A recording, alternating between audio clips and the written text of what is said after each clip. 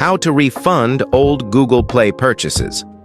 First, open the Google Play Store app on your Android device, where you'll manage your apps, games, and other digital content.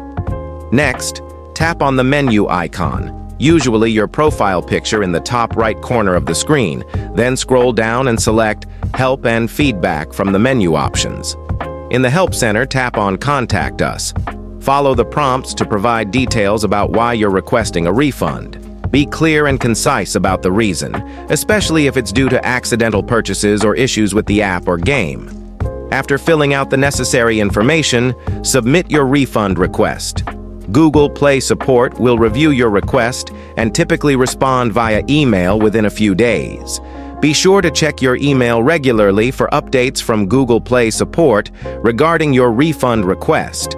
They will notify you whether the refund is approved or if they need more information.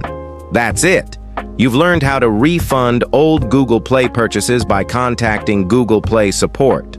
Remember to be patient during the process, as refunds may take some time to process depending on your specific situation.